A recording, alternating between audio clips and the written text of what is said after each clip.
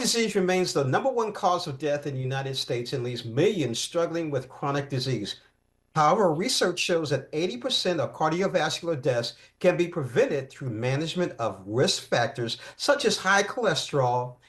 And I can't even pronounce this. I'll let the doctor pronounce it. A simple blood test can provide vital information about our risk and an opportunity for prevention. Now, today, I have founder and CEO of Family Heart Foundation, Catherine Wildman, if I'm saying that right, and Chief Medical Officer, Dr. Larry Sperling, are joining us live from Atlanta this morning with information that could save your life. Good morning to both of you. Morning, James. Good morning. All right, doctor, go ahead and pronounce what I couldn't pronounce. It was called high what? High lipoprotein little a, but the easier way to say that is LP little a. LP little a, okay. Yeah. So doctor, can you share more about the impact cardiovascular disease has on Americans? And we have one of the highest ones in the world, don't we? You're correct. Heart disease remains the #1 cause of death in our nation, and most Americans are at risk for heart disease and stroke. During our segment together today, every 33 seconds we lose a loved one, an American, to heart disease. So 10 Americans will die of heart disease during our time together, and this doesn't have to happen because as a preventive cardiologist, I've dedicated my career to heart disease prevention. And as you mentioned, most of heart disease is preventable and can be prevented. Prevention starts with awareness, and that's awareness of our heart disease risk factors. Dr. Sperling, what can we do to try to combat heart disease?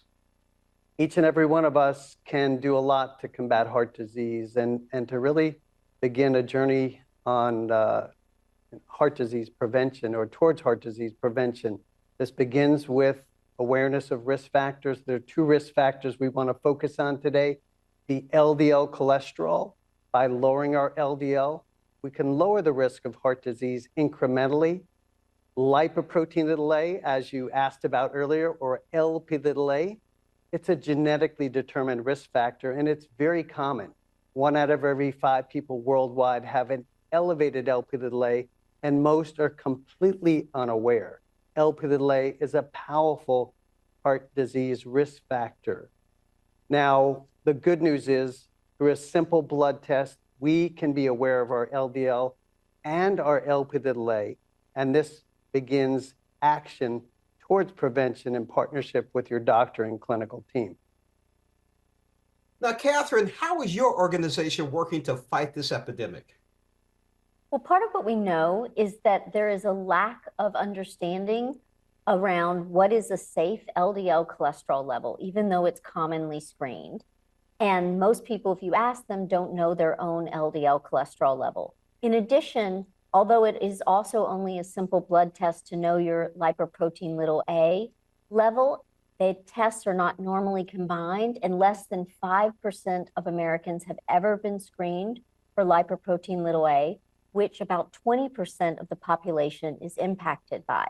So what we as an organization, the Family Heart Foundation, have decided to do is to offer a free at-home screening kit and free support through our Care Navigation Center for people to become empowered, to take this simple blood test and at one time to know what is their LDL level and to get advice on what it should be and to know if they have high LP little a and to take the next steps.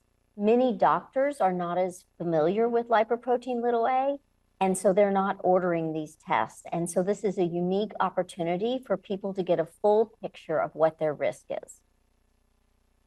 Catherine, you have a special connection to this cause. Can you share a little bit about your journey?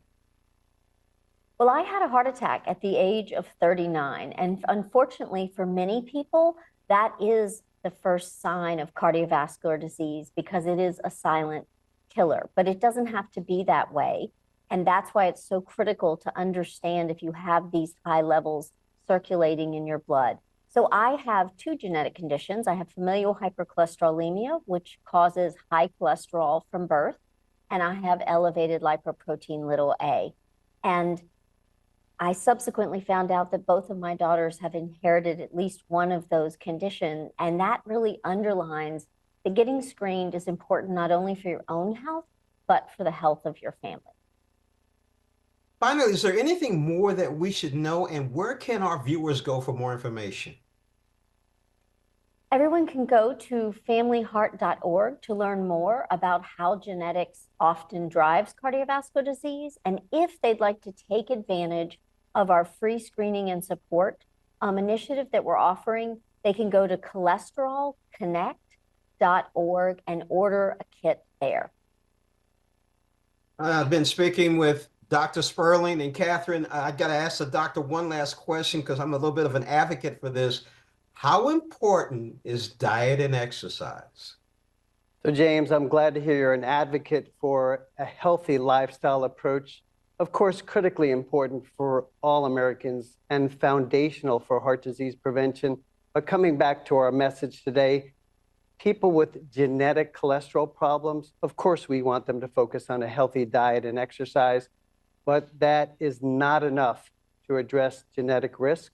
And so we have medications today that truly can save lives by lowering cholesterol. And the earlier we do so, the greater impact we can have on lives and families. The key is the earlier, correct, doctor? Absolutely. Been speaking with founder and CEO of Family Heart Foundation, Catherine Wildman, if I'm saying it again, if I'm saying it right. Chief Medical Officer, Dr. Larry Sperling, thank you for joining us live from Atlanta. I'm here in St. Louis. Again, thank you for joining us on Morning Blend. Thank you again.